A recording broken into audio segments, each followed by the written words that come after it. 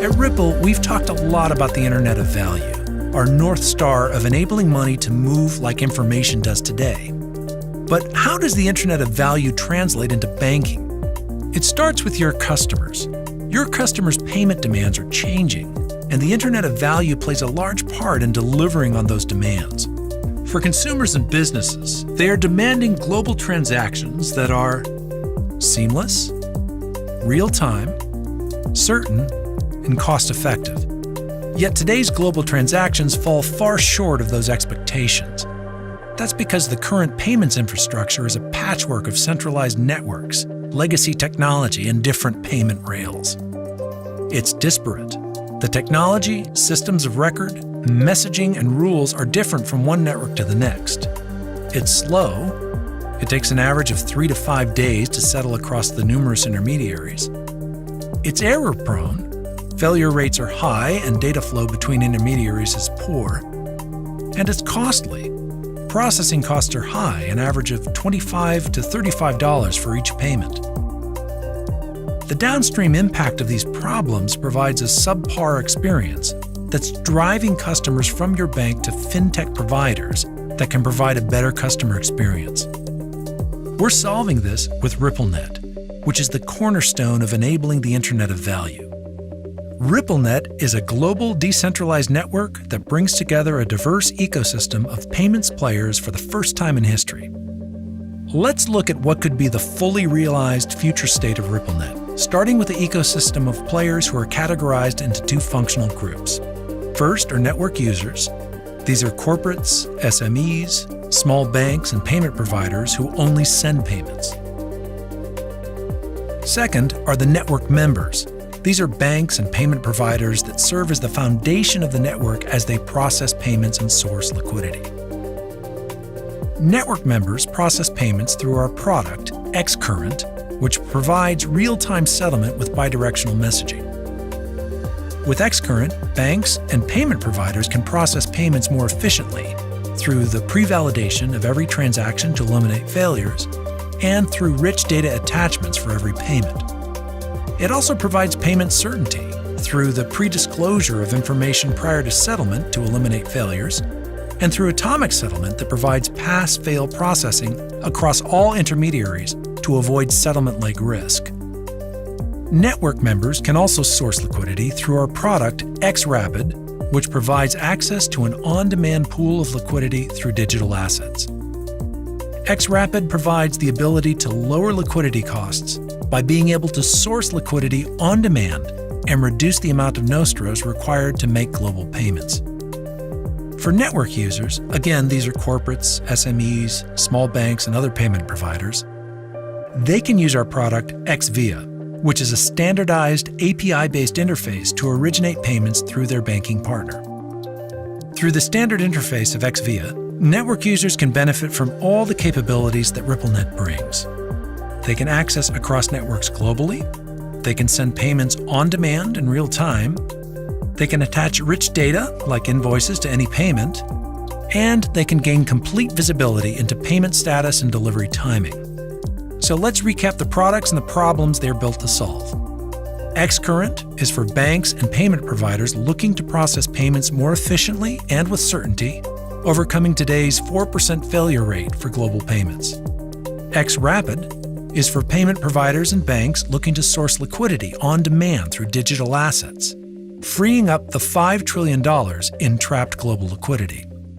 And XVIA is for corporates, SMEs, small banks, and other payment providers looking for one standard interface to send global payments, avoiding the hundreds of bespoke integrations to different payment networks. RippleNet is solving the inefficiencies of today's inefficient payments networks. It's standardized. The technology, APIs, rules, and governance are consistent across the network. It's fast. The technology provides real-time settlement and bidirectional messaging. It's certain. Atomic pass-fail processing eliminates payment failures. And it's low cost. High STP rates and flexible liquidity provisioning lowers processing costs. RippleNet is the first step towards bringing the Internet of Value to life through one frictionless experience to send money globally.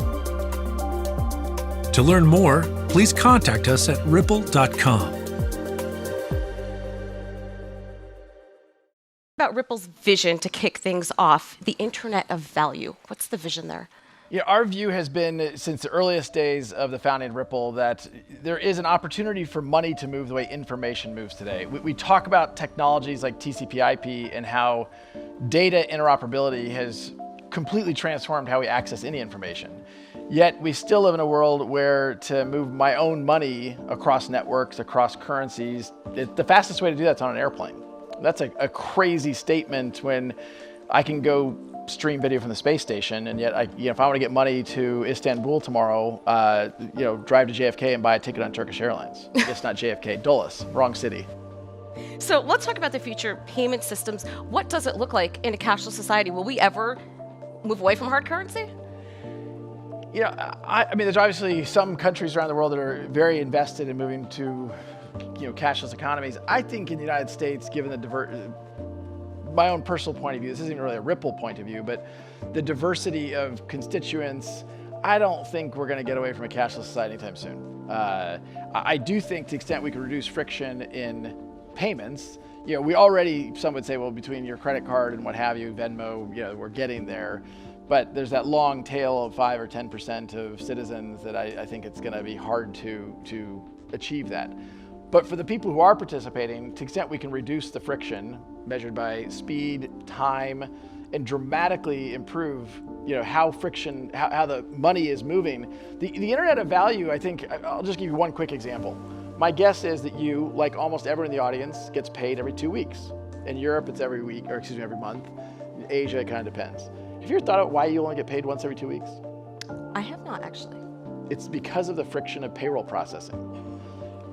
Decades ago, it was a chore to go process payrolls. They said, well, we're only going to do this every so often. Now think about the second and tertiary effects if you got paid every day, or even kind of in a weird way, what if you got paid every hour? I don't know why you need to get paid every hour, but if you got paid every day, your credit card bill, your mortgage statement, they've been built around the system of getting paid every 2 weeks. But now if you get paid every day, how does that change the nature of even the credit card industry or the mortgage industry? So my point being, when we talk about an Internet of Value, I mean, it does get kind of sci-fi Blade Runner-ish, where you have connected devices that become economic actors. That people talk about, hey, your refrigerator is going to order your groceries. Well, how's it going to pay for them? How is that going to flow? You're just going to embed a credit card into your refrigerator? That would work if the average payment size is large enough, but do we not think there's going to be micropayments where people are spending a penny or a dime? Right. Well, I would also imagine, too, where you have legacy banking systems in place and companies built around it, as you had suggested before, that's a big barge to turn around, if you will. For sure. Yeah, one of the things that has made Ripple, I think, both successful and arguably controversial is I don't think about it so much as how do we turn the barge around as much as it is how do we help the barge be more successful. I don't think anybody here will be surprised that many in the crypto industry have evangelized things like overthrowing governments and down with banks. And from the earliest days at Ripple, I and we have taken the point of view that governments aren't going away. That sounds like a crazy statement to even say, hey, governments aren't going away. But look, we're at a blockchain summit. There are some in the crypto world who absolutely think, how do we get rid of governments? How do we get rid of banks? Ripple said, and maybe pejoratively describing the banks and governments as barges, using your thing. So I don't mean it in a mean way, but the best way to have the biggest impact is to engage the system, to get the barge to be far more efficient in terms of speed, in terms of cost, in terms of accuracy. And then you can have a bigger impact in enabling the Internet of Value and frankly impacting the whole economy. So I work for a company called Ripple. I was the second employee in late 2011. We have more than 300 employees, and we are an enterprise blockchain payment company focused primarily on international payments. We have more than 200 customers that are our companies that are our customers. They're financial institutions, mostly payment companies and banks. And what we're trying to get to is what we call the Internet of Value, which is this idea that we would be able to move information, move value as easily as we move information. So that's why we call it a sort of Internet of Value. The Internet today is this flexible exchange of information. And we want all of the properties of the internet, or at least all of the interesting ones. So like I get an internet service provider and I don't have to do anything with what websites I want to use, they just work. And I don't have to care about what internet service provider or website uses. And the internet service providers don't advertise to me by saying we have all the best websites, you can interact with all the best stuff on our network. What they tell me is that they have good cost, they have good service, they have good performance for me. And we want the same thing. We want sort of local services to be able to offer access to money that are targeted at various different markets, but where you have full interoperability. And that's kind of where we see the world going. But as a business, like having a day-to-day operation, it's very hard to talk about a vision. So we kind of have something a little bit more specific, which is to reduce friction from global payments. Why global payments? Because they're the worst. Domestic payments generally work pretty well. Most people in this room, if I asked you, like, have you had good experience with domestic payments, you'd probably say, yeah, they're fine. But if anyone who makes international payments will tell you that the experience degrades very, very rapidly. And there are some fundamental reasons for that I'll talk about a little bit later. So that's the low-hanging fruit. That's what we can fix. That's where the absence of standardization is the biggest problem. Domestic payments generally are standardized. International payments are a terrible assortment. Please welcome, big hand for Chris Larson. Again, great to be here. I know we don't have a lot of time, so what I thought I would do, I'll talk briefly about what Ripple is and what Ripple does and kind of what our mission is. But then we'll step back a little bit and give you a little bit of perspective on kind of what we see this blockchain revolution really representing, what we think the big thing is that we're trying to pay attention to and how it's going to change the world. And then I'll talk briefly about the core technologies that we're betting on, given that vision that we see kind of before us. So first of all, Ripple is one of the first blockchain companies. We're about 240 employees, headquartered in San Francisco, which many of you know is a city about 3 hours north of here, maybe 4 hours. Okay, sometimes that gets a laugh. We have eight offices throughout the world, and we're growing very rapidly. We're really focused on the enterprise applications of blockchain technology and blockchain derivative technologies, specifically for cross-border payments. We think everything starts with a payment, so a lot of the use cases that we're talking about, we think they really need to have a payments solution first, and then we can really kind of grow from there. And we're really focused on how this technology can solve problems. With cross-border payments is clearly a problem, and I think that's why we've been successful with over 100 announced production deals with enterprise companies throughout the world. And that continues to grow. So we had a record Q2, and we're just incredibly excited about the adoption that we're seeing. I should point out that these are not innovation lab deals. These are not experiments. These are full production deals where those teams had to evaluate whether or not this was going to increase my bottom line, is going to really improve the way I do business, and that's a lot harder to do. So we're really pleased with that. And again, the problem that we're trying to solve is, cross-border payments in the world they're antiquated, right? They're built on 1970s technology that just doesn't work in today's world. It's incredible that it takes, 3 to 5 days to move value across the world today. You could literally put cash in a FedEx envelope, mail it, to where you're trying to get to. It would be perfectly tracked. It would get there way faster. That's kind of crazy.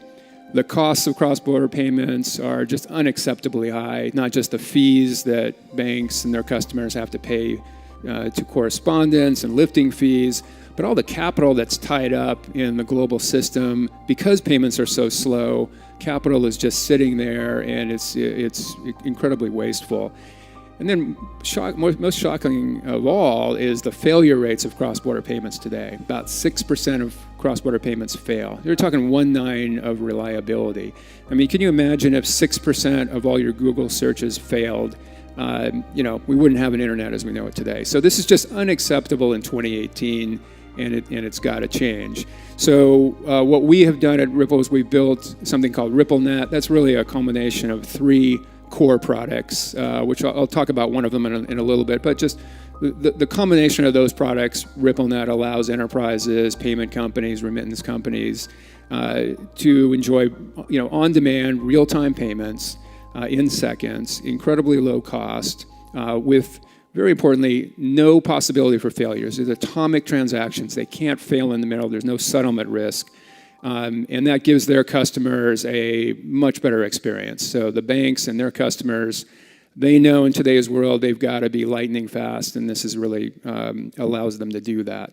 So that's the problem that we're trying to solve. That's a little bit about the company. Let me step back and talk a little bit about what we see this blockchain revolution really representing. Obviously, there is look, this is the most hyped area in technology today. This is the most attention fintech has ever gotten, right? It's the first time fintech has been truly global.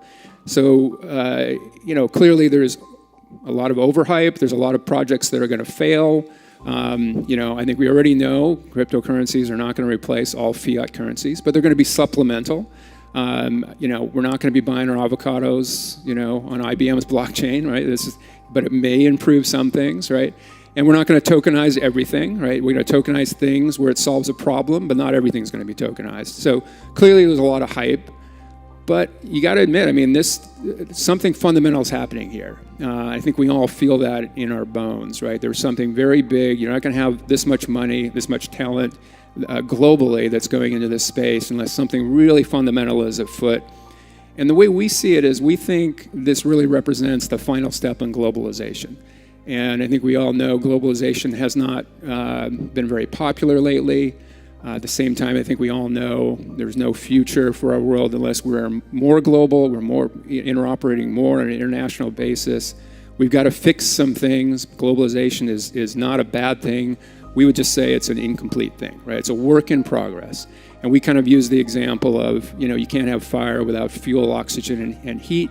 And we think you can't have globalization that works without a global system in three key things: data, goods, and money. And the truth is we only have that today in two of those things: data and goods. We don't have it in money. So globalization is kind of a lot of potential, but it's not really delivering yet on what it could do. We've got to complete this picture.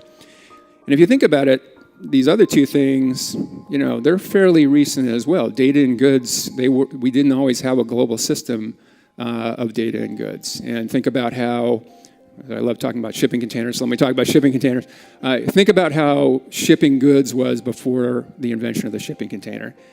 Incredibly inefficient, incredibly labor intensive, huge bottleneck for the world. The dock workers could go on strike, everything shuts down. Goods would have to come into a port, they'd have to be unpacked and repacked, shipped out a completely different way. It was a mess, and this was clearly holding back the world.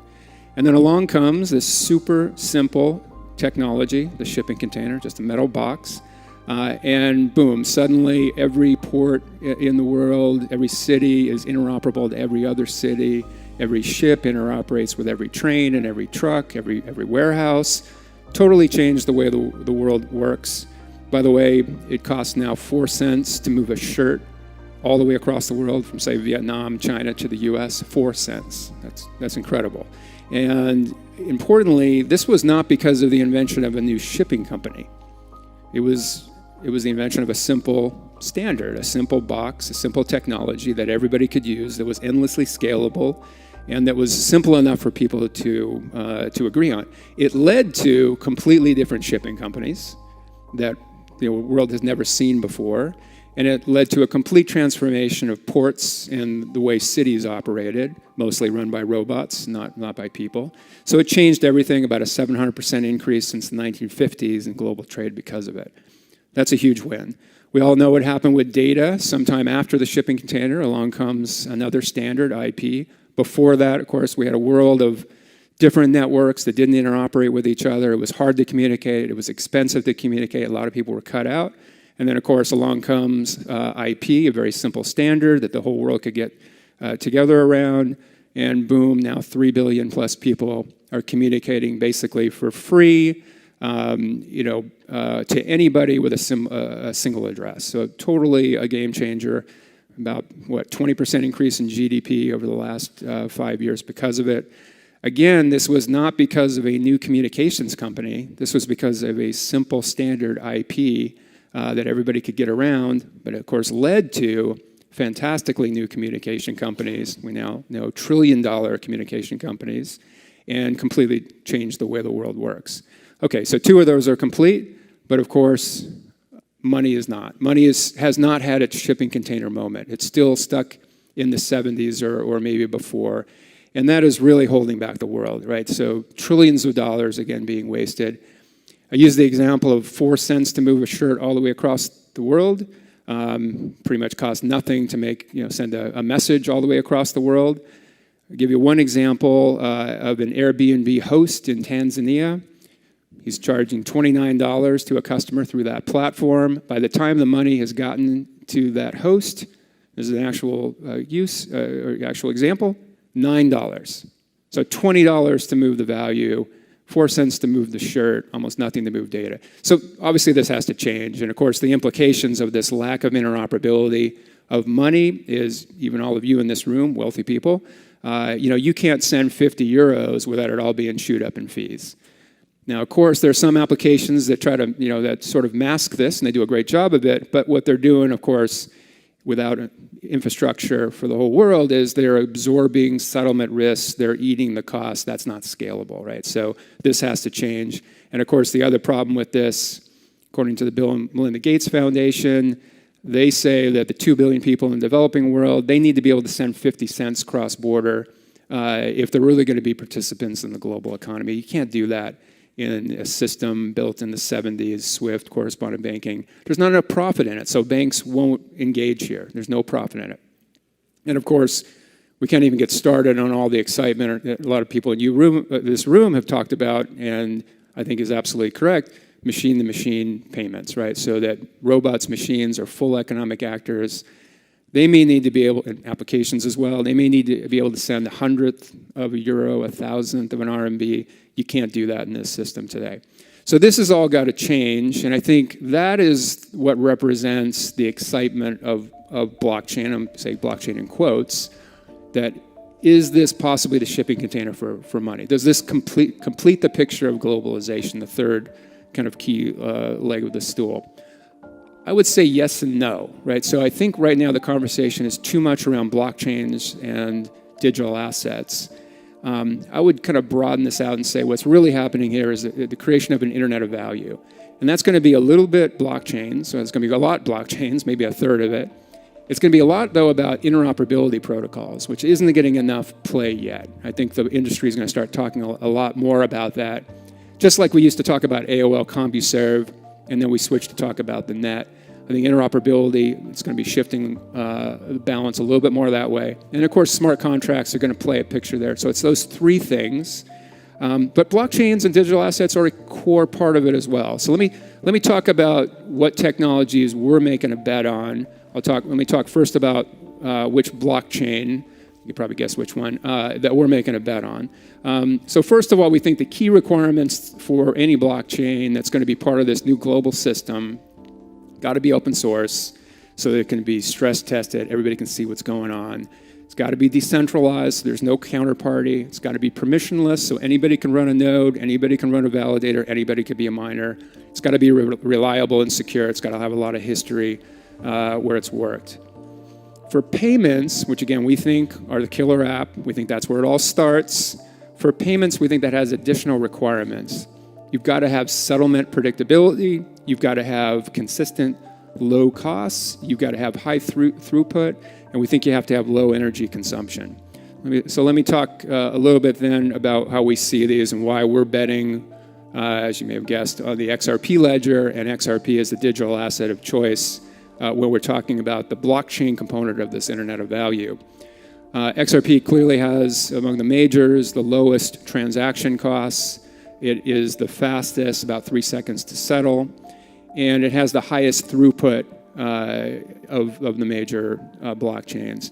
Now again, throughput, important to, I think, realize that, look, most of transactions eventually are going to be off ledger in some fashion. They're going to be using payment channels, XRP payment channels, Lightning Network, whatever it is. However, the throughput is still very important because at some point, someone's got to settle to the ledger, right? So the more throughput, the lower cost, the more efficient it's going to be. And Equally as important, you've got to have this predictability of settlement. So XRP is not just the fastest of the majors, but it's actually very consistent, about 3 seconds, and the variability there is very low as compared with Ether, Bitcoin, for example, which are going to have longer close periods, but importantly also much larger variability in its close. So that randomness is problematic for payments and payment providers. The other key thing is that the blockchain will have to be deterministic. It can't be changed, right? And not probabilistic. Bitcoin is a probabilistic blockchain. So that's going to be important for payment providers as well. Energy consumption, this is actually very important. So I think as we know, Bitcoin uses a lot of energy. So does Ether today until it switches to proof of stake. So we're looking, Bitcoin, I know there's different estimates here, but using about as much as the energy of the Czech Republic today, Ether about as much as the country of Jordan. The XRP ledger, because it's using a consensus system, is using a de minimis amount of electricity. I think here with the example, it uses as much as the town of Oatman, if anybody's from here. You're going to get special prize, Oatman, Arizona, population 140, so a de minimis amount of electricity. Obviously, that's better for the world, right? You're not polluting as much. But very importantly, that means that you're not wasting your seigniorage on, for utility companies and for mining. It can instead go into the ecosystem, which hopefully is liquidity at the end of the day. I think liquidity is really what drives value here. So that's an important feature there. And that's why we have chosen to build products on the XRP ledger, products like XRapid, that's a component of RippleNet. That allows payment providers to lower the cost of liquidity for their global payments. So it allows, for example, a bank that's trying to send money to Mexico to use XRP as the intermediate currency. They don't necessarily have to hold XRP, but it's used to make things very efficiently. So in this example, a customer going to a remittance company in the US, those dollars now are exchanged into XRP through Bittrex, which is a great exchange. It's immediately settled in XRP in seconds. Bitso is an exchange that provides an exchange between XRP and Mexican peso. That now can be delivered to a Mexican bank, which, because they have a real-time system in Mexico, allows that to go into the customer's account very quickly. This now allows payment providers, banks, and their customers to move value in 1 to 2 minutes versus days, or a process that might mask those days but have to charge for the settlement risk and the cost. So that provides a lot of efficiency. However, that's not the complete picture, right? So let's talk now about the other components of this Internet of Value. Again, blockchains, digital assets, very, very important, has to be an efficient one. Equally as important, though, is this, again, a big problem in payments is you don't have interoperability between networks. So it's really tough to move value between either networks or countries, and that goes for blockchains as well, right? And of course, blockchains can't solve this problem, right? Because blockchains are networks themselves. As networks, they can't be a network of networks. In fact, they even make the problem worse because now there's more of them, right? So you have more networks than have interoperability. So we need some kind of an internetworking protocol for payments that is going to connect all of these various networks and can do multi-hop. You have to move away from bilateral agreements, for example. Our bet is that interledger protocol is going to be the protocol of choice for interoperability. And the way this works, this is actually a derivative of blockchains. You wouldn't have had interledger protocol unless there had been Bitcoin and other blockchains. And it uses cryptographic conditions so that one network can send value to another network without anybody in between. So cryptographic conditions have to be met before value can move. It settles instantly. And it can be used in any ledger. It can be used in a central, HSBC, Bank of America's ledgers, Bitcoin, a distributed ledger, anything. It can move any type of value, dollars, RMB, Bitcoin, Ether, XRP, gold, whatever. Any kind of value can be moved. It's a protocol that's been underway for many, many years. It's a completely open protocol. It's as decentralized as you can possibly get. There's a group called the WC3 that is helping with the standard around the protocol. There's almost 300 organizations that are contributors to it. So our bet is that this is going to be a successful interoperability protocol, a key component of this Internet of Value. And the way we see this is, again, we're talking a lot about blockchains, almost like we used to talk about AOL and CompuServe. But we really think the architecture here is going to look a lot like internet architecture, where you have, the networks on the bottom, all interoperating through a common IP protocol. You have the transport layers, then you have the applications. We think that's exactly how this is going to play out with this Internet of Value, where you're going to have the ledgers at the bottom, whether that be a bank's ledger, a remittance company ledger, a mobile money, blockchains, of course, all interoperating through interledger ILP, for example. I won't go into the transport layers, but the applications would be at the top. So we think that's a good model for how this is going to play out. We think the conversation is going to start shifting to be a little bit more inclusive of blockchains, interoperability, and then finally, the last part, smart contracts. So big believers that also smart contracts will play a key role. Our bet would be on a technology called Codius, kind of a derivative of Intraledger. The differences here between, and so we're already getting some really good scale, the differences here between, let's say, smart contracts on Ether, which have to be on that blockchain, using that currency, using a specific language, is it's completely neutral. It can be used, again, on any blockchain. It can be used as a hosting protocol. It can use any language. It can use any currency. So we think that's going to be an important last component. We think all three of those things, the blockchains, the interoperability, and the smart contracts, equal an Internet of Value. I don't know if you want to use an analogy. I guess the blockchains are like these new fancy ports. Intraledger is like the shipping container. And I guess the smart contracts are like the robots, moving around the port, I guess, if you want to use that same analogy. And we think that this now becomes the platform for tons of other things, right? So when we're talking about lending, we're talking about securities, those really can't happen until you get the fundamentals of that payment platform, that Internet of Value completed. So I know we're just about out of time, and I do apologize. I've got to race back up to the city for another event I'm going to be super late for. But I'd rather thank you all for being here today.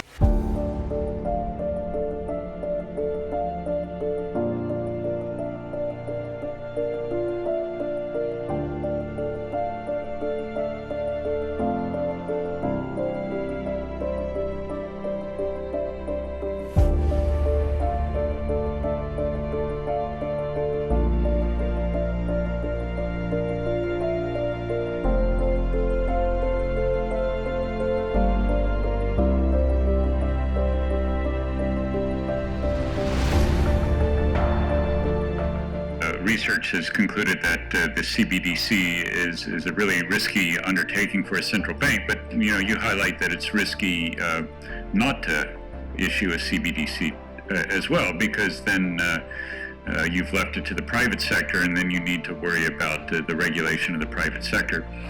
But now we have someone from the private sector, Brad Garlinghouse, who is the CEO of the financial technology company Ripple. I will start off by also thanking Charles, thanking Thomas, thanking Christine. It's an honor to be included. And as was introduced, I think they saved me for last so that I could talk about the private sector version of this. I also start by kind of explaining the basics of what Ripple is and what Ripple is not. Ripple is a private company. We're based in California, about 300 or 400 employees around the world, and we're trying to solve a problem. We're selling technologies to banks and financial institutions to solve a cross-border payments problem. To be clear, we have not focused on the central bank digital currency issuance. Our view is very much there needs to be interoperability globally, and even in a world of CBDCs, you still need interoperability to solve that problem. Also, before I dive in, my comments are more focused on kind of explaining how Ripple's approaching this problem as opposed to just CBDCs. But I thought it worth spending a moment on how we think about blockchain at large and why it is such an interesting technology and I think appropriate for central banks and commercial banks to be looking at. For me, the novelty of any blockchain technology is the ability for two parties to transact without trust, but with certainty. So today, anytime we transact, we are transacting through a central counterparty, whether that be a correspondent bank where Ripple is focused, or that be a Visa or American Express, what have you. The opportunity around blockchains is to change that dynamic, and I think many industries, whether it's payments, what we're talking about today, or securities, or even loans, any of those transactions I think can be disrupted and made more efficient through blockchain technologies. All right, so with that kind of brief introduction, I'll be brief on some of my comments here because we've touched on this already.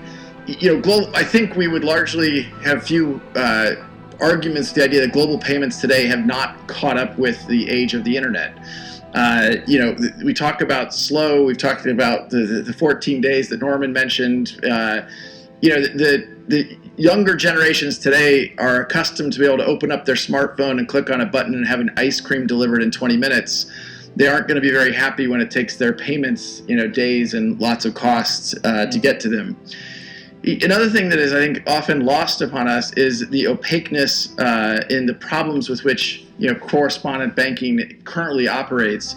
There's a 6% error rate self-published that 6% of all SWIFT transactions require human intervention. Now, that doesn't mean they don't get there. It just means that human intervention adds time, it adds cost, and what have you. And lastly, when we talk about cost, it isn't just about transaction fees. It's also about the pre-funding required for commercial banks and even large corporations and the cost of that capital. What's amazing to me is that these costs are often borne or burdened the populations that are least able to afford them. Data from the IMF and the World Bank would say that the average remittance costs around 600 basis points in a world where we think about the internet enabling kind of real-time instant information. Why can't we use these new technologies to build an internet of value? When we look at the current dynamic I was just talking about, the pre-funding, if the correspondent banking network requires this pre-funding, I'm not talking about a central bank level as much as I'm talking about at a commercial level. And oftentimes, even when I'm meeting with senior people at various banks or financial institutions, they'll talk about their costs to fund into the Mexican peso, and they'll cite a very, very low number. But what that doesn't include is the cost of capital to sitting at a bank there. It also restricts competition because it requires capital to get it there. Our view in the future is you don't have to have this pre-funding, and instead you can use a digital asset to have global liquidity on demand. Now, we build upon a tech stack of an open source technology called XRP. XRP originally was built by some engineers who had seen some of the flaws of Bitcoin and the challenges of scalability around Bitcoin. Where Bitcoin today, per transaction basis, it's rather slow and rather expensive.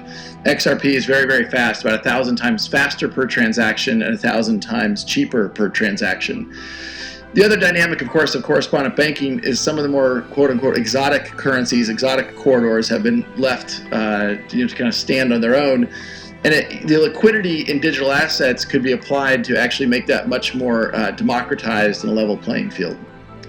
Ripple's vision from the beginning really has been to apply these technologies in the same way that TCP/IP and HTTP are the technologies underpinning the Internet of Information.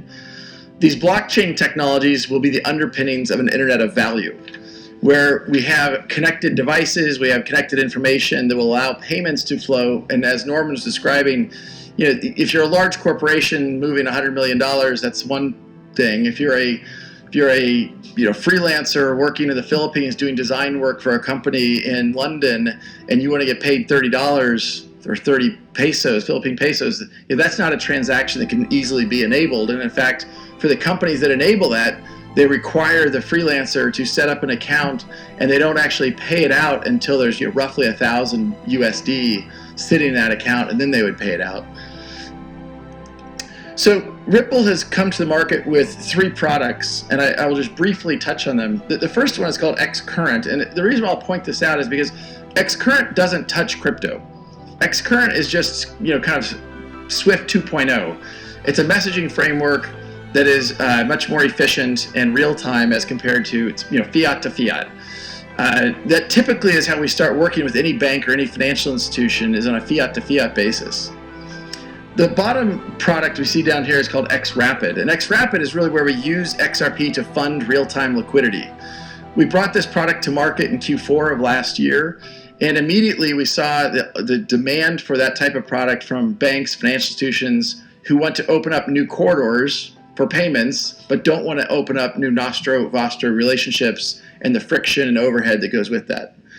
The third product is really simply an API that allows corporates to do real-time payouts into this network we call RippleNet.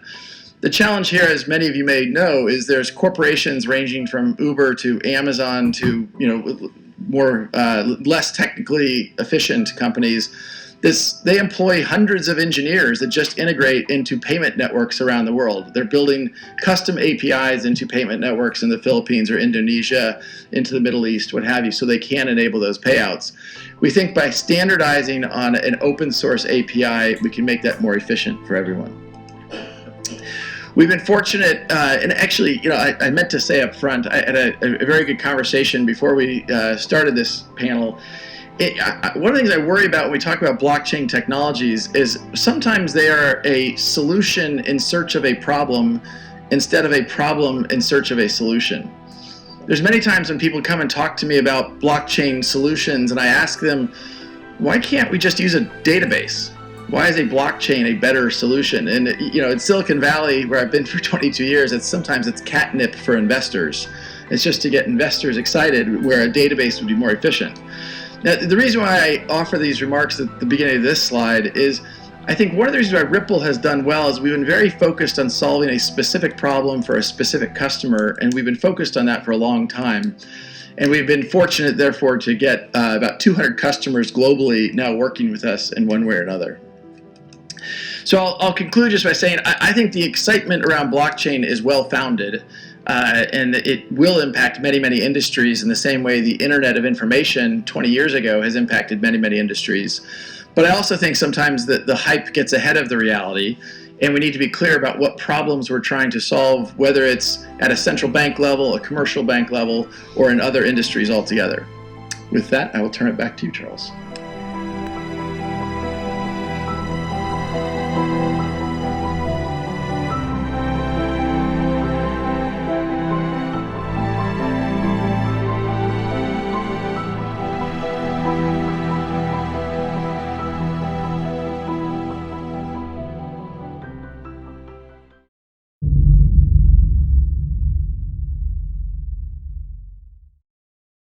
Years out on the financial crisis, we still don't have the infrastructure perhaps to prevent the next one.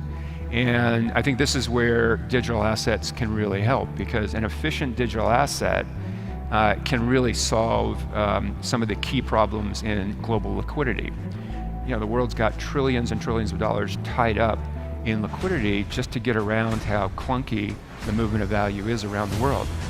If with a really efficient digital asset, something like XRP, and that's what we believe will be the most efficient, you can now reduce trillions and trillions of capital from being tied up.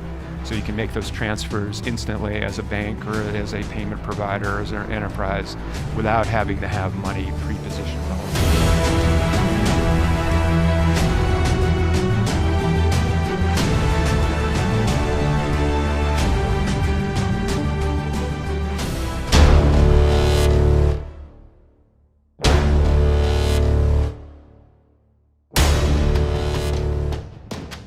As far as the currency devaluations, I've been complaining about that for a long time. And I believe that we will all eventually, and probably very much sooner than a lot of people understand or think, we will be all at a level playing field, level playing field, level playing field. Level playing field. Because that's the only way it's fair. That's the only way that you can fairly compete in trade and other things. And the liquidity in digital assets could be applied to actually make that much more democratized and a level playing field. It's in a level playing field. It's in a level playing field.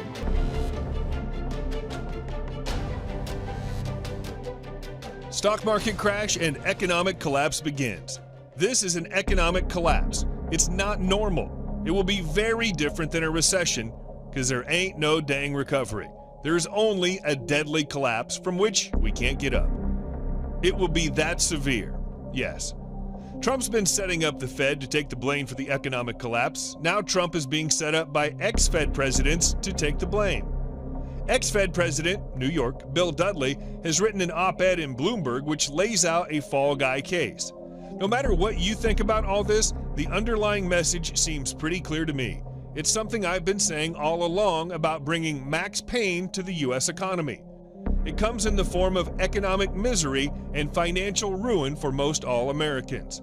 That is, if there is no more wealth that can be extracted from America, while failing America destroys itself from within.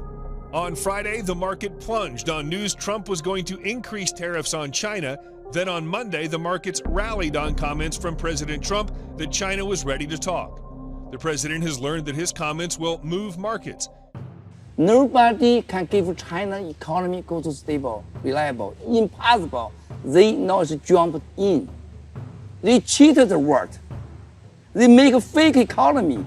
Well, the economy was already slowing. Yeah, very slowing. Before we went into trying to put together a border adjustable tax or a tariff has just made it a little worse. The timing of the Trump administration's tariffs is not good for China. Yes. I don't know if it was intentional or not. Very bad. Right, but it's very bad. If countries are cheating by manipulating their currency, wouldn't that be a perfect situation to apply a level of tariffs? I think we are taking the moral high road by identifying currency manipulation as an unfair trade practice. Then our only recourse is to say then we're going to have to do something as well.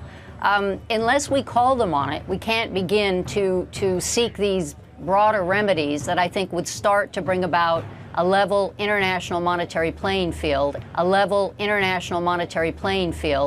And that's fundamental to authentically free trade.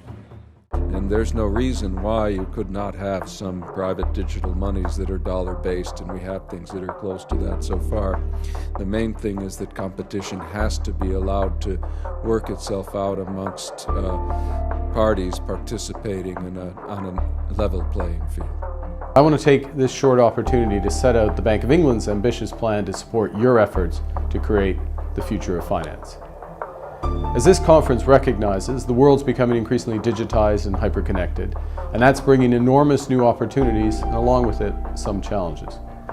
This new economy requires a new finance to serve the digital economy, a new finance that balances innovation with resilience, and that new finance requires a new Bank of England, one which will enable innovation and empower competition, all while ensuring the resilience of the financial system. So let me take a few moments to expand. First, to enable the digital economy, the very nature of commerce is changing. Last year, 1/5 of all sales in the UK were online. Next year, it'll be 1/4. Use of cash has declined from 2/3 of all payments a decade ago to only 1/4 today. This new economy is placing new demands on the financial system. Consumers and businesses increasingly expect transactions to be settled in real time and payments across borders to be indistinguishable from those across the street. And to help private innovation meet these demands, the bank is leveling the playing field between old and new. At the fresh tape coming out of the White House. Over the years, the United States has been losing hundreds of billions of dollars with the European Union, and we just want it to be a level playing field for our farmers, for our manufacturers, for everybody. The liquidity in digital assets could be applied to actually make that much more democratized and a level playing field.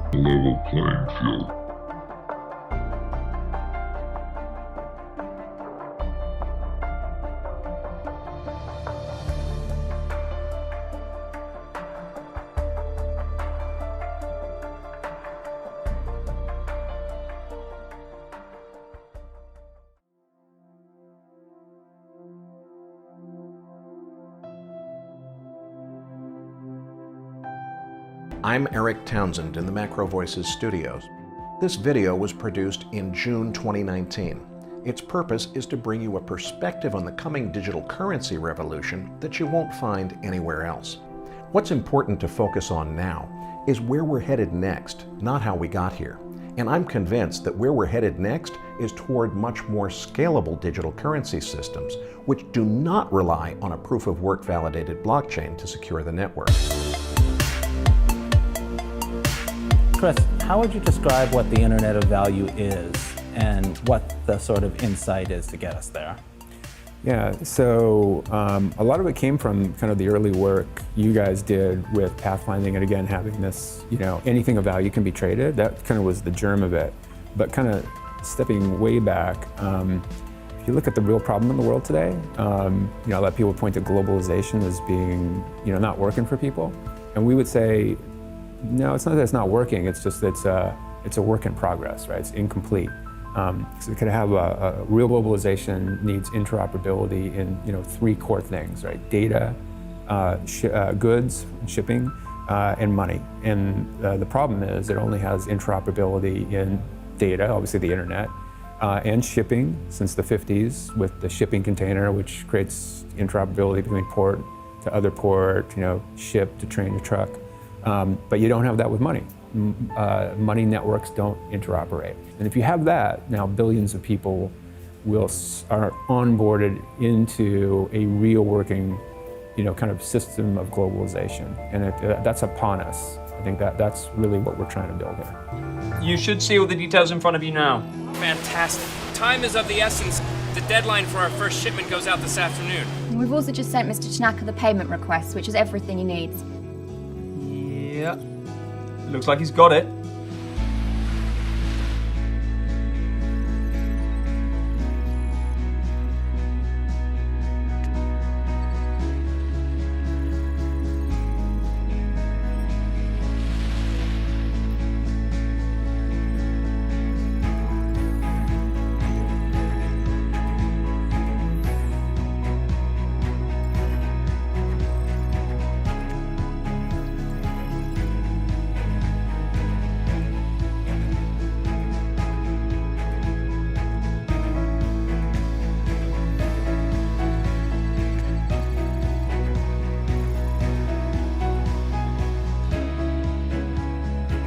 Taxi!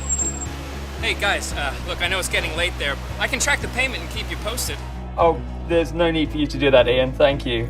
Payment is complete. We just got access to the funds. Perfect.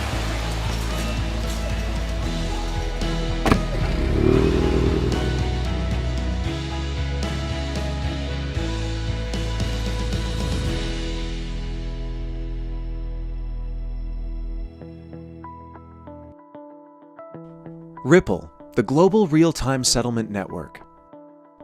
Consumers and businesses have new and increasing demands for cross-border payments. Ripple connects banks around the world and allows them to offer real-time cross-border payment services to their customers. Currently, cross-border transactions require many intermediaries to execute, so settlement takes multiple days. This often creates costs and risks that make it difficult to meet today's market demands. Ripple enables cross-border payments to execute directly between banks within seconds, and provides the banks end-to-end visibility throughout the whole process. Ripple is infrastructure technology banks can adopt to power new payment services like low-value retail and corporate payments. Let's see Ripple in action, enabling a person-to-person remittance use case. On the right-hand side, you see a bank's mobile app. On the left-hand side, you see Ripple powering the core processes to execute a cross-border payment. Alice, a bank customer in the US, logs into her mobile banking app. Her bank uses Ripple for cross-border payments. She wants to send money to Bob, who lives in Singapore. Bob's bank also uses Ripple. When Alice selects Bob as the recipient, Ripple allows her bank and Bob's bank to exchange sender and recipient information to meet risk and compliance requirements. This information is encrypted and exchanged directly between banks via HTTPS. No customer information ever touches the Ripple network. Alice wants to send $1,000 to Bob. Ripple queries the banks for their fees and the network for a real-time FX quote. Ripple packages this information to show Alice the total cost of her payment to Bob in Singapore. Thanks to Ripple, banks can provide customers an accurate total cost, delivery time, and delivery amount for cross-border payments, down to the cent, before the payment executes. After Alice approves the payment, settlement takes place over Ripple in 5 to 10 seconds. Simultaneously, Ripple triggers Alice's bank and Bob's bank to update their ledgers. As soon as the funds are posted into Bob's account, Alice is notified. But in a world now, this kind of Internet of Value, combining things like ILP and XRP, that is absolutely possible. That is, so frictionless and so fast. It completely changes the economics. And then beyond, those billions of people that need to send 50 cents, think about the trillions of devices and code that needs to be able to send, 10,000th of a cent. That is also enabled through what's going on here. So pretty exciting. I think the vision is to be able to make an international payment as cheap and easy as pulling up a web page, like something that you would do without even thinking about the mechanics or the costs or who has to do what. It's just so automatic and so cheap and so scalable, and there's so many of them happening that it's almost invisible. You don't even think about doing it. Yeah, almost like the value is moving with the data, just right on top of each other. And that is a world that we can have, but not with the infrastructure you have today. You've got kind of an internet world, kind of working with a pre-internet world of money, and those things are not lining up. So this is a big bottleneck for the world. If we can push through this, that's it. And again, blockchains are not the only answer. A subset of the solution, but the broader solution combines this kind of value interoperability protocols with a super fast and efficient digital asset, and then with some kind of mechanism for programming how that value moves around.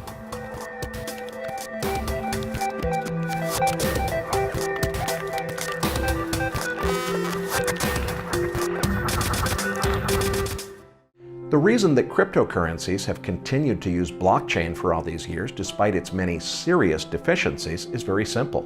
So far, nobody had figured out a way to make distributed ledger work without those deficiencies while still keeping the design completely decentralized. Already, several companies claim to have solved this engineering challenge, and they claim that their products already offer truly decentralized, permissionless distributed ledger functionality without the abysmal performance and reckless waste of computing resources inherent to blockchain. The reason this is so important is that we finally have the technology needed to engineer scalable digital currency systems that really could stand a chance of becoming major currencies within the global financial system, or someday even replacing the US dollar as the world's global reserve currency. These are things that a blockchain-based cryptocurrency system like Bitcoin could never have hoped to achieve.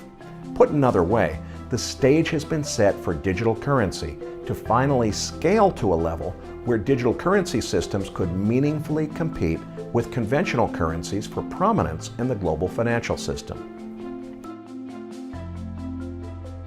Very much, Mark Carney. Hope Sarah's sitting down because he is calling for the creation of a new virtual currency that could ease the reliance of the world on the US dollar, which he says creates some of the problems that we have today. He's pointing out that, for example, half of all international trade is priced in dollars, but the U.S. that's 5 times greater than the U.S. contribution to world output, along with 2/3 of world securities priced in dollars. And he says the problem there is that U.S. interest rate policy, U.S. exchange rate policy becomes exported to other parts of the world, and he says that is not the optimal way to run things. A lot of people don't really understand what a global reserve currency is or why it's important. One aspect of it is that it makes sense to choose a standard currency for the settlement of international trade, and the US dollar has served in that role since the end of World War II. But the arguably more important definition of the phrase reserve currency is that it's the currency in which central banks hold their foreign exchange reserves, is that the nation issuing the global reserve currency enjoys an immense artificial demand for its currency because everyone else in the world needs both the reserve currency itself in order to settle international trade, and they also need sovereign bonds denominated in that currency to serve as central bank reserve assets. Why are we having so many problems related to the U.S. being strong but the rest of the world being weak? And he says that's because so much of the world is priced in dollars. So the theory of flexible exchange rates resolving these imbalances is not working. Way back in the 1950s, economist Robert Triffin explained why global reserve currencies never last forever. See the Wikipedia entry for Triffin Dilemma if you want the gory details. The gist of it is that the country issuing the reserve currency will have the opportunity to borrow and spend recklessly without suffering the immediate consequences that other non-reserve issuer nations would suffer if they tried to do the same thing. This is a real issue. We estimate around half of SMEs do not go to the banks, to the formal financial system to finance. So that needs to change. There needs to be greater access to finance for small, medium-sized enterprises, and because we also do think that the nature of commerce will increase, cross-border trade will increasingly have a SME component, which goes in part to your second point. And so the question is what can be done, and what is the potential role of new financial technologies in helping to bridge this gap and actually provide more competition for those who do go to the formal banking system. And so this is within this set of issues we're looking at the bank. This is if not the top, one of the top three priorities. We think that there are things that we can do with our core infrastructure, our payment system, and the access to other central bank facilities that can materially change the access to finance of SMEs. Not by us, not directly through us, but creating the framework for new SME providers to be very active here. Now, I'm not fully laying out exactly what we're contemplating doing because we want to make sure we have everything lined up. So, as a small commercial, I would say watch this space over the course of 2019 for something substantial on that. The process takes decades to play out, but eventually the reserve currency issuing nation becomes so indebted that other countries no longer trust the creditworthiness of the reserve currency. At that point, the rest of the world abandons the incumbent global reserve currency and chooses a new one. And to be sure, pressure has been building in international circles to reduce dependency on the US dollar as the kingpin of the international monetary system. Making US companies competitive. We need to create a level playing field for US companies to be able to compete in the world, and they just haven't had that opportunity. We've got European engine, we've got the Chinese engine, we've got the US engine of this economy. Multipolar world, you need a multipolar currency. You need a multipolar currency. You need a multipolar currency. The question is, how do you get there? And I laid out some ideas of how you would get there. Can the American economy be resurrected? According to Dr. Paul Craig Roberts, Trump needs to work with the corporations to alter the way they are taxed and to recreate the conditions necessary to restore manufacturing in the U.S. This is not a simple task. It requires cooperation, not conflict. In the meantime, immigration must be put on hold as there is no economy to absorb the immigrants, and Washington needs to stop its wars. The associated costs, debt, and risks are far greater than the benefits. If the U.S. does not reverse its course, it will end up an undeveloped country. European and Asian economic data is deteriorating, says economist and author Daniel Lucal. I'd call right now the day of reckoning. Yes, there was a global slowdown. We're now in the reality check period, Daniel Lucal says. Now the risk of economic collapse is starting to build up. Does anyone really think the everything bubble can just keep inflating forever? Surely nobody's that deluded, says Charles Hugh Smith.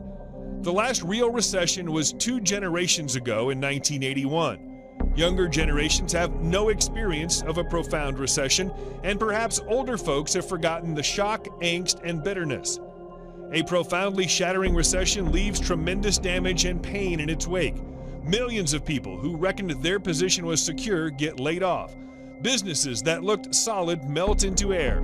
Large corporations flip from hiring thousands to firing thousands, and everyone on the edge of insolvency gets a hard push over the cliff. Layoffs, the failure of central banks, and soaring fiscal deficits trigger a drop in consumer and investor sentiment, which feeds back into declining sales and profits, which then trigger more layoffs as businesses must cut expenses as revenues crater. The everything bubble will finally pop, stripping the system of phantom speculative wealth and fictitious capital. The global economy is destabilizing, and we're about to discover there is no way to halt a profoundly shattering recession. Again, this is an economic collapse. It is not normal. It will be very different than a recession. There is only a deadly collapse from which we can't get up. It will be that severe. For the first time since October 2014, the Federal Reserve has bought a significant number of U.S. Treasuries. Over the past 2 weeks, the Fed purchased $14 billion in U.S. bonds. Up until 2 weeks ago, it had been 250 weeks since the central bank bought a meaningful number of U.S. Treasuries. They're buying bonds once again. This is exactly what Trump wants. And the central bank will be monetizing the U.S. debt. Now remember, this is not to repair the central bank economy. Trump's not trying to make this economy whole. He needs it to survive long enough so he can get reelected in 2020. Whoever controls the economic narrative basically is the winner. Hey, wait a minute. You know, back to your question, is XRP the next Bitcoin? If we work with the system to solve this problem, and we can solve that problem at scale, a problem measured in the trillions of dollars, then there's a lot of opportunity to create value in XRP.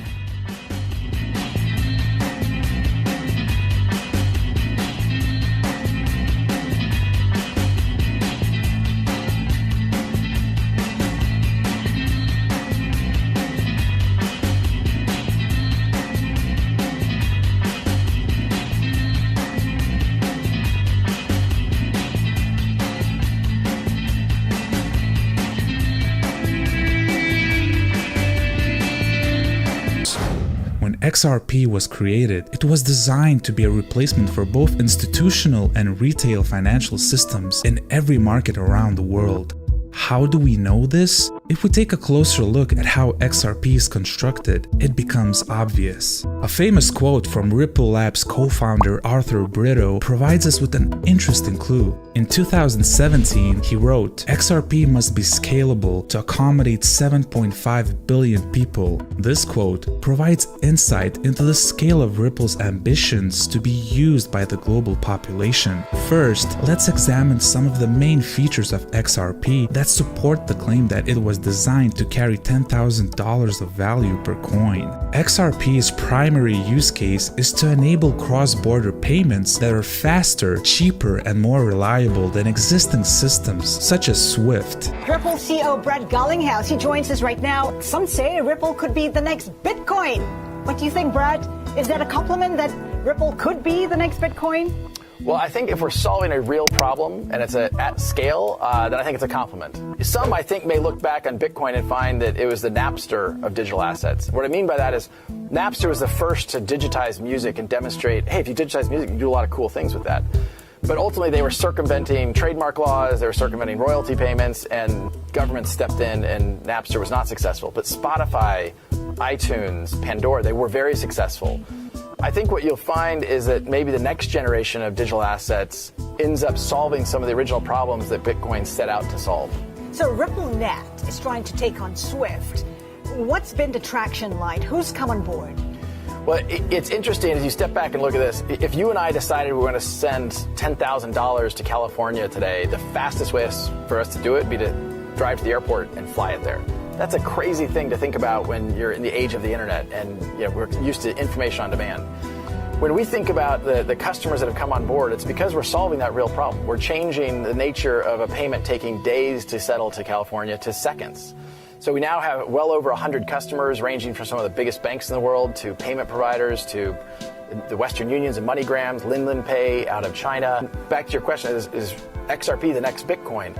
If we work with the system to solve this problem, and we can solve that problem at scale, a problem measured in the trillions of dollars, then there's a lot of opportunity to create value in XRP. Essentially, XRP is trying to provide a reliable, on-demand source of liquidity for cross-border payments. Now, let's define liquidity. Liquidity describes the degree to which an asset or security can be quickly bought or sold in the market without affecting the asset's price. What we see in today's market is price volatility as a relatively small number of investors buy and sell XRP on exchanges. Liquidity for XRP or any other crypto comes as the price rises. Higher prices equals higher liquidity. The fact that Ripple Labs locked up 55% of the total XRP in timed release escrow accounts and has been disciplined in relocking the unsold portions of each release will help to eventually drive the price higher. Even though institutional partners are likely buying XRP over the counter from these releases, this is not reflected in the published exchange prices. During the last 6 months, XRP's price has ranged from 25 cents all the way up to 60 cents, which represents a 120% range either side. Even though this seems like massive movement, it is not problematic for institutional use because of XRP's fast 3-second settlement times. Big part of the value proposition of Ripple, I think, is the cryptocurrency, the XRP.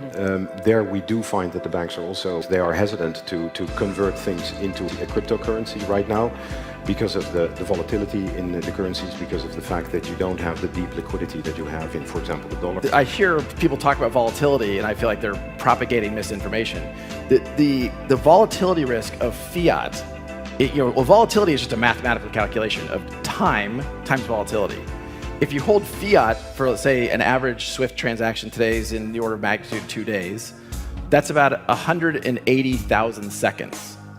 An XRP transaction is 3 seconds.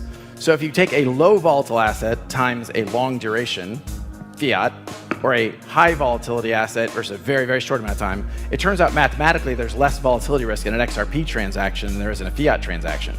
The difference is you have market makers. When you do a SWIFT transaction, there's banks saying, there's a market maker saying, I'll lock in that rate. I'll take the volatility risk for the next 2 or 3 days.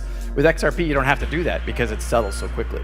What is problematic, however, is that this price movement was driven by relatively small retail investments. To move value on the scale of Swift's $5 trillion of daily transactions requires much more liquidity than is available in today's XRP pool. If 45 billion XRP are available, this would require a price of approximately $111 per XRP. We know that some of the XRP supply has been burned or lost via lost private keys, and a much larger percentage is probably locked up as long-term investors hold XRP. Thus, an even smaller supply of XRP requires an even higher price to provide the minimum liquidity to accommodate SWIFT. International payments, retail payments, credit cards, and institutional and retirement investments such as Grayscale and Morgan Creek Capital will drive demand for liquidity. This increase in liquidity will also raise the price which provides the liquidity, which creates a circle in which demand increases price, which increases liquidity, which increases demand. Once this cycle gains momentum, it's almost impossible to stop it. It has so much energy. So how high can this go? As of October 2017, it was calculated that the value of the world's asset classes total $1.14 quadrillion, with above ground gold at 7.7 trillion, global stock markets at 73 trillion, global money supply 90.4 trillion, global debt 215 trillion, global real estate 217 trillion, and derivative markets at 544 trillion. If the entire $1.14 quadrillion value of all asset classes was tokenized via XRP, that would require at least $11,400 per coin. This example clearly demonstrates the scale of liquidity that XRP is designed to handle. For customers that want to take advantage of using a digital asset like XRP for liquidity, what that means is instead of pre-funding literally the trillions of dollars that banks have with other banks around the world, they pre-fund that amount that sits there. It's really dormant cash sitting there. With digital assets, you can make that much more real time to enable a payment across a border into another currency in real time. How much money is pre-funded and how long does it typically sit there? There's $27 trillion sitting in these bank-to-bank accounts. They're called Nostro accounts, Vostro accounts. Yeah. It really is a problem that if we can reduce the time, the friction, the cost, we really can accelerate global commerce. And by reducing that friction, you accelerate that engine. It's good across the board. It's good for both companies in the United States. It's good for the unbanked communities across Africa.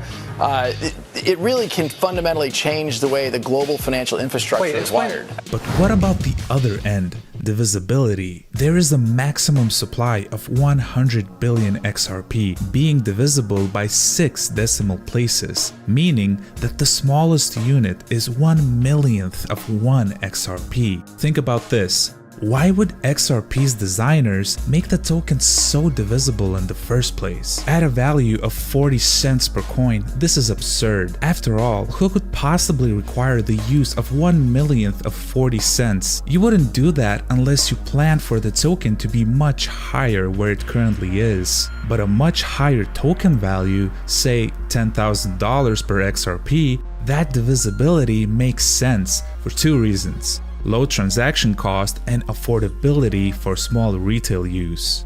The minimum transaction cost required by the network for a standard transaction is 10 drops. It sometimes increases due to higher than usual loads. Even in a $10,000 XRP value, the transaction cost still would only be approximately 10 cents. This is still exceptionally cheap. 1 cent is arguably the smallest denomination that would be necessary to use XRP as a means of transacting everyday retail exchanges even in developing markets. This could provide affordable access to banking and digital financial transactions for even the unbanked. Explain the unbanked. The issue of the unbanked is such a fascinating thing that first worlders don't really think about much. I certainly don't. But explain how that helps. Well, if you think about it today, banks want to serve customers as long as they can serve them profitably. If they can't serve a customer profitably, they're not going to do it. So when you talk about a migrant workforce, for example, in Africa, that is not obviously making a lot of money and is taking that money from country to country, the cost of using the banking system would actually exceed the income that they would have. If we can reduce the friction globally and make it easier for that migrant worker to hold assets, to move those assets without costing them lots of money, they then become part of the banking, the kind of global financial community. I think that, when we think about an internet of value, and Ripple's long-term kind of 10-year vision is, how do we enable an internet of value? How do we enable value to move the way information moves today, as you referred to email as an example?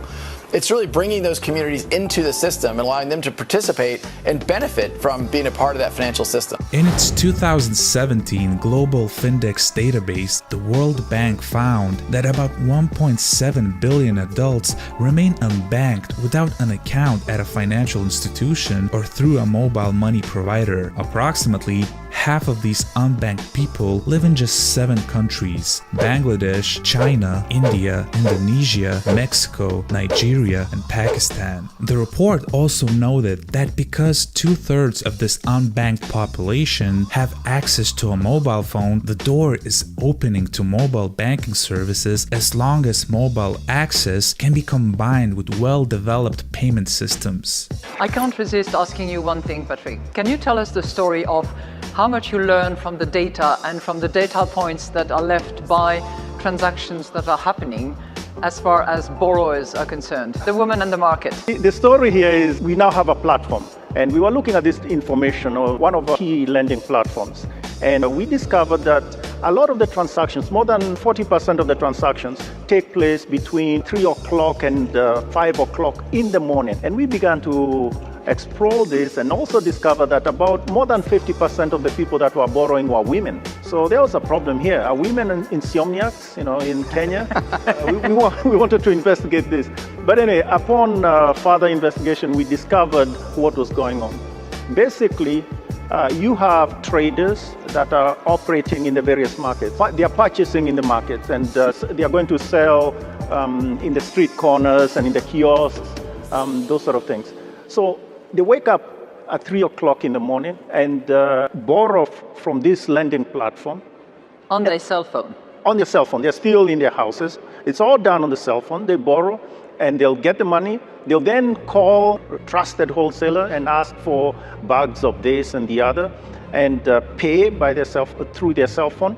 They'll then call the person who moves this thing and will then instruct them to deliver at the kiosk. So she'll now wake the kids, feed them, send them to school. And at 6:30, she is at the kiosk with all the products ready to sell and beginning a day. I haven't even left my bed at 6:30 as the governor. And this woman has done all these transactions. These are people who don't have bank accounts, but they're still conducting business and they're doing it on their mobile phones. In most of the developing world, you have a lot more people using mobile devices than you have bank accounts. If you can make the financial market available to them, even if they don't have a bank account, you're now opening up a massive new market. And if you make transactions affordable enough, now they're going to use that market. XRP will enable even the unbanked to have access to digital financial tools that are fast, stable, and affordable.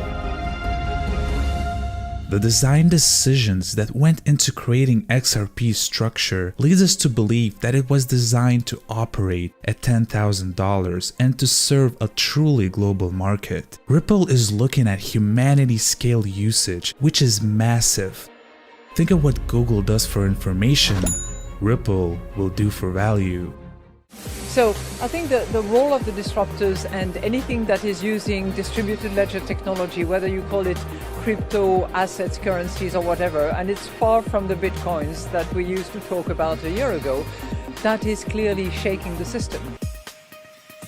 And when you think about all the people who send money, they may work in one country, send money back home. They generally do that through organizations that charge 5 to 10%. Yeah. There is a need, whether it's a Libra or something else, to democratize the exchange of foreign currencies. Today, with computers and electronic market, there shouldn't be that. It should be 10 basis points, 5 basis points. That it's not percent. And so I actually believe the idea around Libra, I don't think we need to create a new currency, but the technology to instantaneous calibrate all the currencies, that should be done. I think we are about to see massive disruptions, but clearly the way in which the new technologies are lowering the cost to make financial transactions more accessible, even in very small numbers, for people who do not earn much, who do not deposit much, and who do not borrow much, I think is already massively disruptive. Having thoughtful regulation and working with governments. We announced the fact that we're working with the Bank of England as an example. We announced some things we've done with the US Fed and their faster payments task force.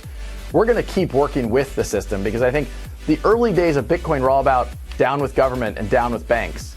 Ripple has been, look, governments aren't going away, banks aren't going away. Let's work with the system to dramatically improve the way and reduce the friction for how money moves globally. The genius, if you will, of cryptocurrencies is that, as we all know, they're distributed. They cut out the central banks, they cut out the banks, and they're ideally directly peer-to-peer between you and I. And so the challenge for payment systems is to move in that direction, so we can instantaneously move money from my account to your account to the publican's account, the guy who runs the pub, directly. And what we're doing at the Bank of England is we're reorganizing the core of the system in a way that allows new payment providers to just plug in. They could be using distributed ledger technology, they can use other technologies, and we're in a position where these innovative so-called PSPs will be able to provide those types of services. You're seeing similar innovation amongst banks in the US, other places, and so this is coming.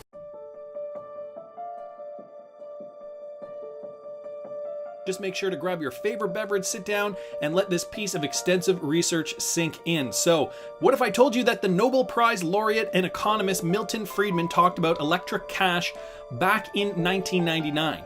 Or how about that cyberpunks have been calling for decentralized and anonymous financial transactions since 1993?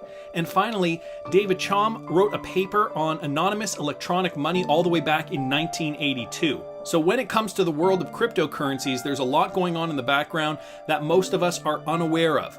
Many conversations are held and decisions being made behind the curtain by influential individuals and organizations long before the general public is aware. And among all this commotion, one crypto company stands out: Ripple. It is a skillful player in the world of politics, having established strong, widespread relationships with the most powerful decision makers and thought leaders. This is surely to be a key pillar of Ripple's success. Oh, and what if I told you that Ripple was older than Bitcoin? So guys, Ripple the company, today we'll talk about some interesting connections between Ripple and numerous influential individuals including Bill Clinton, Donald Trump, and Peter Thiel, and powerful organizations including the IMF, Google, and the US Federal Reserve. So Ripple's primary vision is to enable the world to move money as fast as information. With over 300 employees and with offices in the USA, UK, Australia, Singapore, India, Luxembourg, Japan, and Dubai, Ripple provides services to over 100 corporate clients. Their products, XCurrent, XV, and XRapid, are gaining traction and are being incorporated by huge names like Temenos. So even more, Chris Larsen, the executive chairman of Ripple, believes that XRP could even help prevent the next financial crisis by releasing the tied-up capital. How did everything begin? And so guys, it all began with a company called OpenCoin. Ryan Fugger started developing Ripple in 2004. Guys, that's right. 2004. Several years already before Bitcoin. In 2012, it turned into OpenCoin Inc.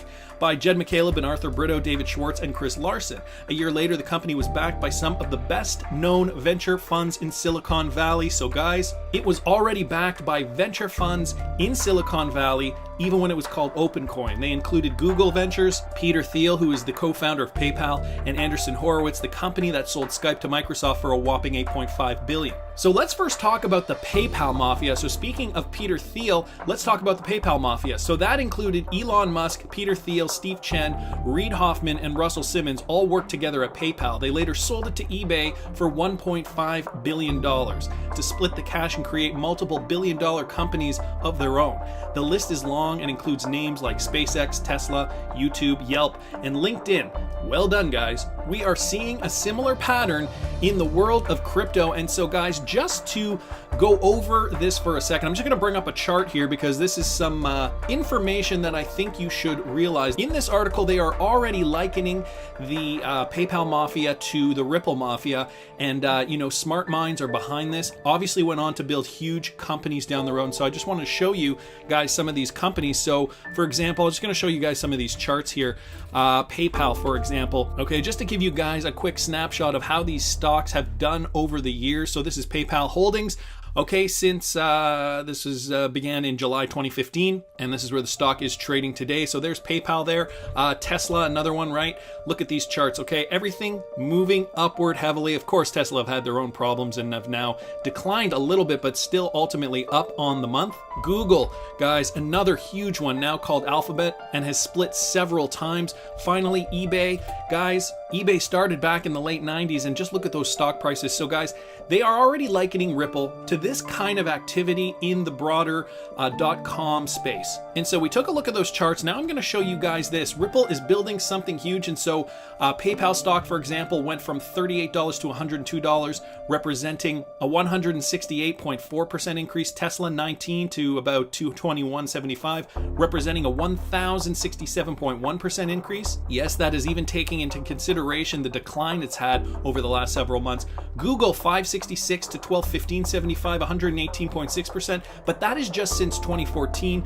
The Google stock has split several times and was listed under the was listed differently before that. I know it was trading in, I think, 2004, 2005 for in the hundreds, I think $100 or $200 back then. Plus it has split, so this actually isn't very a good indicator of what Google's done. It has actually done way more than that. And eBay, finally, guys, trading at 94 cents in the late 90s, now trading at $38.75, up 4,022.3%. So guys, these are some of those companies from some of the founders of the PayPal Mafia, and you can see how their stocks are doing now. I brought up Google, by the way, because Google owns YouTube. So just another company there that bought up a company and the success story that followed.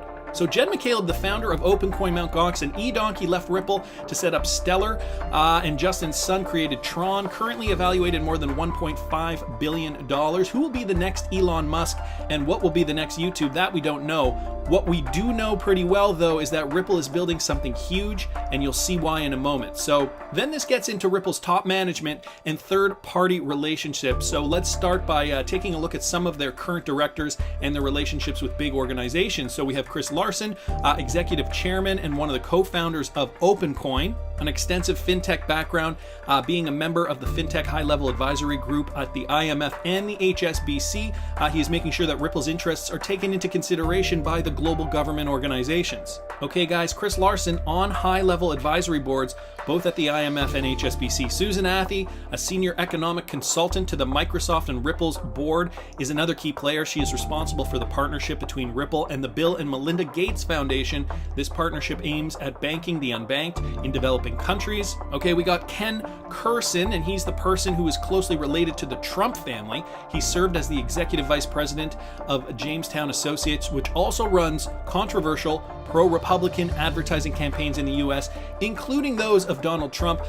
Gene Sperling was a chief economic advisor to Hillary Clinton during her 2016 presidential campaign. We got also David Schwartz, Ripple's lead developer, used to be on the board before he gave his spot to Ken Kurson, and David has worked for CNN and the NSA on multiple occasions. If you guys don't know this, David Schwartz has done some consulting work for the NSA. So this article was from last year, Ripple's $1 trillion man, and I'm sure a lot of you guys have read this one. One of Ripple's lead cryptographers. So it says here, meanwhile, he was getting interested in cryptography. In 2001, he landed a company in Santa Clara, California called Webmaster Inc., where he helped design an early cloud-based storage system. During his decade there, he also consulted for the National Security Agency, the NSA, helping integrate the agency's network software with existing security and public key infrastructure technology. In other words, Schwartz was gaining a working knowledge of cryptography at a high level. It was a fantastic experience, he says. So David Schwartz, one of Ripple's lead cryptographers, has had contract work for the National Security Agency on the federal level, okay? We can start seeing how these relationships are going to become more important for Ripple as we continue discovering more. These are just some of Ripple's directors and their cozy relationships with the rich and powerful of our world. If you look closer, even more fascinating details come to light. So now, guys, we have the Bilderberg Group. Ripple and the Bilderberg Group, the connection. What is the connection between Ripple and the Bilderberg Group? Well, after all, it's a forum established in 1954 for immensely influential individuals and organizations to engage and interact and share ideas. So guys, here's Bilderberg Group on Wikipedia. It's an annual conference established obviously in 1954 to foster dialogue between Europe and North America. The group's agenda was originally to prevent another world war and is now defined as bolstering a consensus around free market, Western capitalism, and its interests around the globe. So participants include political leaders, experts from industry, finance, academia, and the media, numbering between 120 and 150 people. So guys, a hugely influential meeting that happens in the world, and you have to be in the know if you are going to be invited to this thing, right? So senior decision makers from companies like IBM, Xerox, Nokia, Daimler, Google, and Amazon meet together with monarchs, politicians, and academics every year to discuss business opportunities. Interestingly enough, Susan Athey, part of Ripple's team as pictured up here, guys. Susan Athey joined Ripple shortly after attending the Bilderberg Group meeting in 2013. Anna Botin was invited to the meeting in 2015, and as you guys know, she is part of Banco Santander, and Ripple obviously is a partner of Santander Bank. Peter Thiel, one of Ripple's early investors and colleagues, are present at almost every Bilderberg Group meeting. Bill Clinton, obviously another member and keynote speaker at last year's Ripple Swell Conference. Ben Bernanke, the former Federal Reserve Chairman, who also regularly participates in those meetings, was the keynote speaker at Swell last year as well, or rather 2 years ago because this was written last year. Interests of numerous businesses, organizations, and pressure groups are represented in those gatherings. Nonetheless, it does seem clear that Ripple's agenda is successfully being pushed forward. So you guys are starting to see how this all adds up, why this is very, very important for you to understand when investing in XRP, when really understanding Ripple and how they are permeating so many facets of our global economy. So we also have the CME Group and Digital Currencies Group, the surprising ties. So who else might be connected to Ripple? Well, a better question would be who is not connected to Ripple. The famous CME Group that offers crypto futures is an investor in Ripple and has one of its executives, Miguel Valles, as Ripple's top management. Leo Melamed, CME's group's chairman, once said, "We'll tame Bitcoin." quite an ambition. Another investor in Ripple is Digital Currency Group. The group has a stake in Coinbase and many other crypto-related services. Speaking of Coinbase, let's take a look at Ripple's partnership with the Via Americas Corporation. Its co-founder and CEO, Paul Dwyer, is a board chairman of the Money Services Business Association. The MSBA works directly with the Securities and Exchange Commission. So if the SEC declares XRP a security, which we know it will not, as we have had a clear definition from Jay Clayton. I covered that a few videos ago, so maybe I can skip this part. Nevertheless, guys, I will link this in the description if you want to read further. So it talks about if it's listed as a security or not. Furthermore, Ripple, together with a group of companies, have formed the Securing America's Internet of Value Coalition.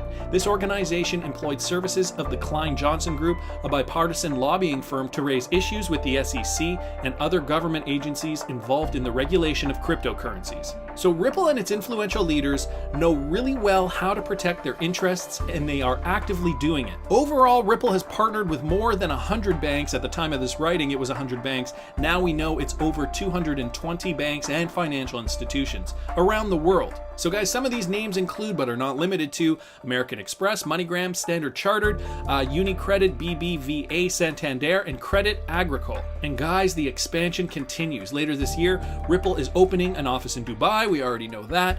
Latin America's largest banks will soon use Ripple to process payments.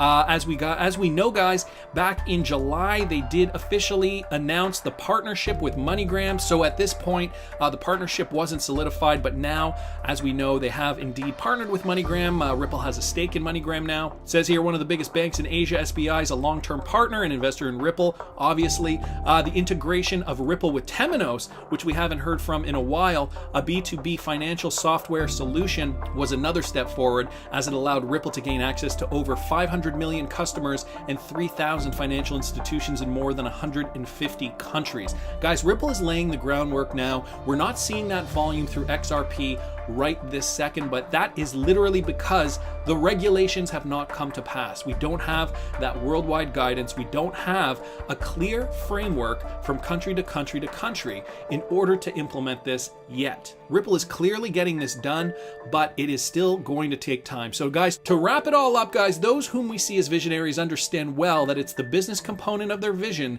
that drives adoption. For better or for worse, groundbreaking technology goes nowhere without commerce. It was true for the printing press, and it's also true for cryptocurrencies. And at the core of building a strong commercial base is building strong business relationships. This is something that Ripple truly excels at.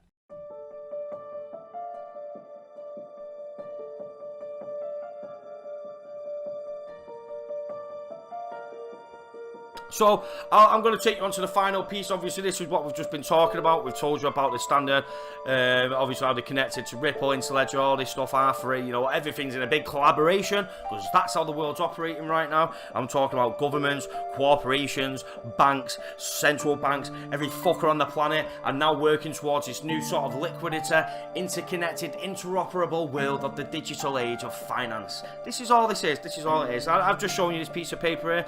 This is from 2017 yet again, and this is basically their roadmap. This is the adoption cycle basically. So let's have a little look here as we go down adoption of DLT, and it shows the internet. Now it shows obviously, you know, first mainframe computers, blah blah, all this, Microsoft, NTT data, and then all the way to Facebook. Basically, this is sort of the internet revolution, if you want to call it that. And let's go to the internet of value. So 2009, Bitcoin is invented by the Secret Service, and then it says Ripple is born, first currency agnostic blockchain. So that's 2012. Notice how it says first currency agnostic blockchain, and you've got the SEC basically saying to everyone in the world that it could be a security, which is fucking bollocks on top of everything else. And then you've got 2014, R3 Consortium is born. The Interledger protocol is invented. Ethereum, Hyperledger is created. And then you've got 2016, SBI Japan. 2017 to 2020, Ripple becomes the standard for international money transfer between banks. Interledger protocol becomes a standard protocol for connecting banks, cash ledgers, and part of Ripple software. Now let's go from 2020 to 2025. Blockchain solutions for capital market, trade, finance emerge, R3, blah blah, Fabric, Interledger protocol, Java becomes interoperability standard for the Hyperledger Foundation project. And by 2025, 2030, blockchain and distributed ledger solutions mature all assets exchange network become interoperable with the inter-ledger protocol. So as you can see, I know I threw a bit of emphasis on there, but the punchline is to drop. Look, by 2030, this is what they're saying: all asset exchange networks will be interoperable with the inter-ledger protocol. And listen, you think to yourself, well, yeah, everybody, these people, you know what they're talking about. This is the inter-ledger protocol. But let's just have a look at the founding Hyperledger Foundation members. Who is involved? The Linux Foundation, as we spoke about with Wells Fargo. NTT is a member of the Hyperledger, and in such we aim to become the best technology partner of Hyperledger member companies. We are working to adopt blockchain and distributed ledger-based solutions. Bank New York of Mellor, BBVA, Wells Fargo, ANZ, New York Stock Exchange, Moscow Exchange, BNP. Just have a look. Swift, SAP. Listen. Nobody in this world are competing with each other at the moment. Well, they are to a degree. They're collaborating with each other to build the internet of value. And obviously this is your system. This is how they look at the moment. Corresponding banknotes, bag of shit, 1972. And this is it now. Now we've got the ex-current. But let's just go to the most favourable part of what I was saying, and this is where we started the video, and this is a good point for you now to fully understand and let me architect everything that I've just spoke about and basically throw it out into you here. One thing I've noticed, this is the only speculation in this video, but I do remember a Ripple executive claiming one thing: there are two types of banks, ones that are on Ripple and ones that will be on Ripple. And as you can see, every bank network here has got Ripple. Well, we've just found out, haven't we, by 2030 it will become, it's the standard. Ripple's the standard, isn't it? Look, every single banking network on here has got a Ripple logo to it. I find that highly suspicious. But at the same time, nothing can surprise me at this point. We got letters from Trump, letters from Barack Obama, Federal Reserve, Bank of England. Listen, right, so let's just talk about this here. So we got the Bank of Japan here. We got the chaps. So basically this here, this illustration, if you can see my mouse, this is basically the RTGS system that we were speaking about at the very, very start. And then obviously above this is the Americans' RTGS system, and then you've got the Chinese RTGS system, the European, Japan. It contributes for any RTGS system. This is where they will all be placed. But can you see in the line?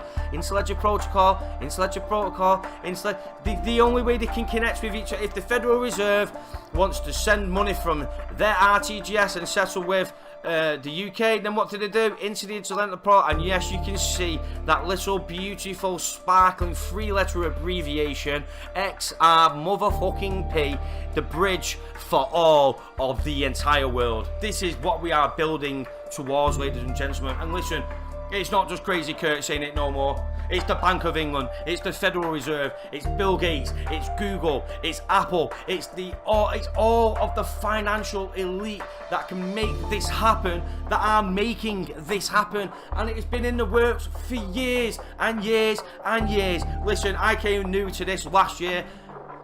Look at what has been in development for so long, and the reason that it is because of one thing: liquidity. This can be the open source network for the world to tap into on-demand, instantaneous liquidity.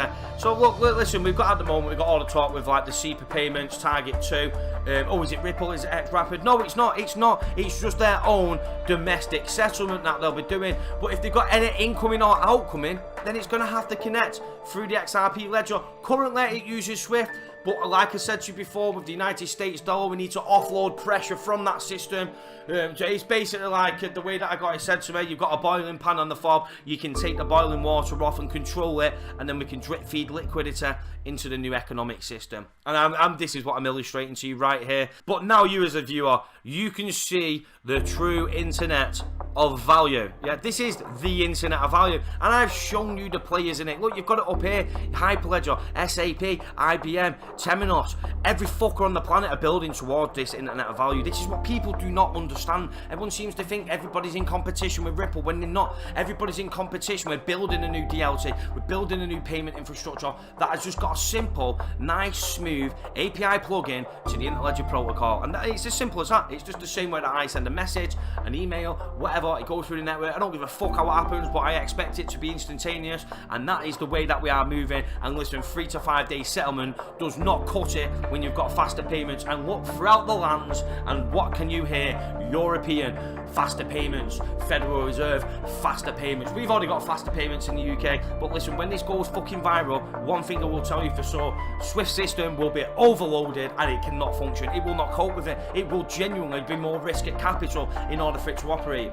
Listen, I'm not saying this. Why don't you try and talk to NTT Data and IBM and all these other fucking major massive banking consortium groups that are all working together in conjunction to build the Internet of Value. Now listen, let's just go up to here to this timeline one last time. And what does it say there? Because I'm not saying this. No, I'm not saying this. This is NTT Data. With the consortium of all the major banks, blockchain and distributed ledger solutions mature, and all asset exchange networks become interoperable with inter-ledger protocol. C3, Nick, just get that in your head. By 2030, as I said to you, the entire world will be interoperable with the interledger protocol. And can you please tell me what the key to the interledger protocol is? Oh, it is. It's XRP.